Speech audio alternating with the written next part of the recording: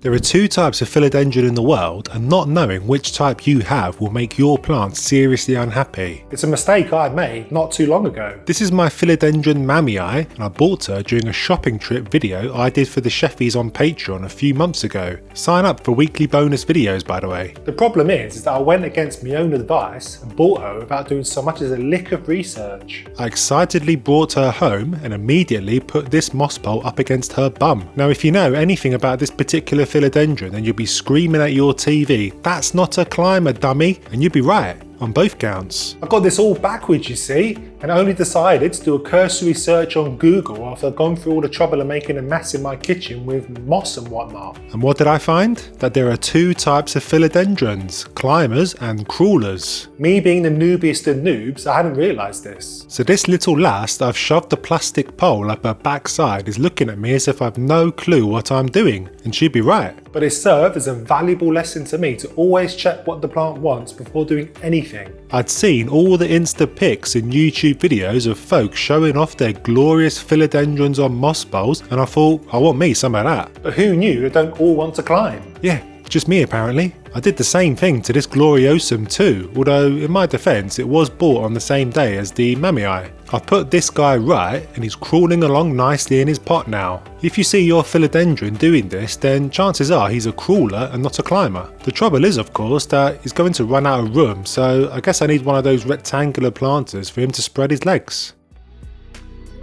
I've got a bunch of other things that I've been doing wrong to my philodendrons that I now know not to do, that I'll share in the rest of this video, so that you can avoid the pain of looking like a fool to all your peers. The first of which is more about them being Burks rather than me. It's a common problem that drives me absolutely bananas. So much so that I listed it in my plant troubleshooting handbook that's linked in the description that you can download for free. A philodendron leaf is a beautiful thing, isn't it? And something they really ought to show off more often. The problem is, getting them to push out a new one is like trying to get a 4-year-old to brush their teeth. They just hate it for some reason. The melanocrisis is the worst offender. Just what is this? And this? Give me strength. I've moaned about this plenty before in my videos of course, and the common solution seems to be to spritz the leaves with your spray bottle as they are poking their heads out to say hello. They're not happy about the humidity or something, which is strange because my home is pretty humid. So I've diligently been doing this at the first sight of a new leaf I get, and it does seem to be helping, a bit.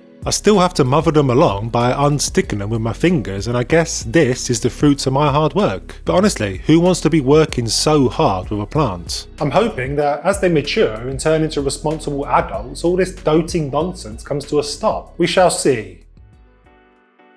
To help them on their journey to a responsible adult, I've realised that they generally do need something to climb up. Climbing philodendron, that is. Yeah, I know, not you now. It's not really a great look to have your guy all naked like this. This guy's got a crooked back because he's not got something shoved up against his bum to support his tired legs. Makes me feel sorry for him, really. Let's compare him to his brother. These are actually twinsies, you know. Born from their now dearly departed mother at exactly the same time, and me putting a moss pole on one and not the other, it's kind of a sliding doors moment for them. One is getting bigger leaves and a thicker stem, and the other one, well, we know how the other one is doing, don't we? And this really is something I wish I knew long ago. I'd have much bigger and more handsome phylos on my hands now. You see, the deal is that as the plant grows up this moss pole, it gets its hooks in and starts growing its arrowroot into the moss. This strengthens and matures the plant as it climbs higher and higher, and you end up with big, beautiful leaves. The pole basically becomes the pot. But what happens when the plant reaches the top, I hear you shriek? Well, the beauty of these plastic poles is that they are extendable, so you can keep stacking them up one on top of the other. But what happens when you reach the top of the ceiling, I hear you wail? Well, I've not got there yet, but your job will be to cut the stem at the bottom of the pole section and put that into a new pot. The beauty is that because the plant has grown roots into the moss along the way, you won't kill it. It's got everything it needs in the pole.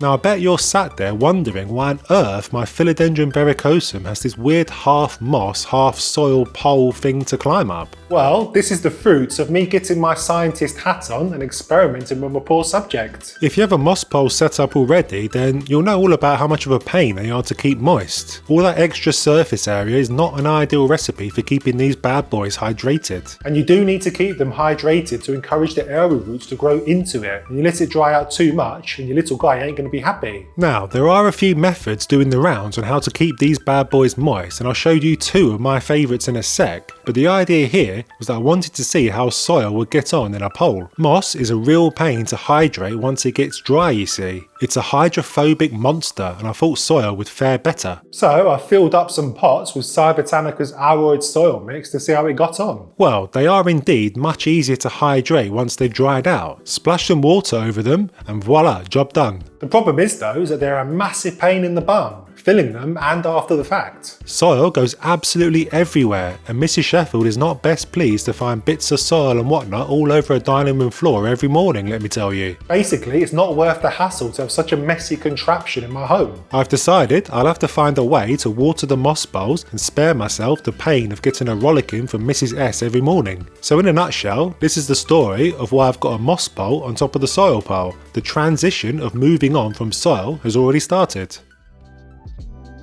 What about watering these guys then? What's the best way? Well, I've not found the perfect solution yet, but there are 2 methods that I quite like. The first one you'll have seen from other popular plant tubers no doubt, which is to fill up a plastic bottle, poke a hole in the top and plonk it on top of the pole to let the water slowly trickle down into the moss. This isn't bad actually. The problem I find though is that it's not the set it and forget it setup that it claims to be. Water tends to trickle down quite quickly through the moss and settle into the pot, so I end up having wet soil and only slightly moistened moss. So I have to empty the pot and then go again. I guess this depends on how much you've let your moss dry out, which is too much in my case. Too dry and water just slips and slides its way through, not really doing much to wet the moss. Method number 2 is one I tend to use because it involves me getting my gun out. My hose gun. I take my plant and moss bowl outside and blast the whole thing with my garden hose. It's quite fun. Everything gets soaked, the moss, the soil, the plant, the whole lot. I let everything drain fully and put him back in his home. Not only are you watering everything with a plum, but you're also cleaning the plant of dust and grime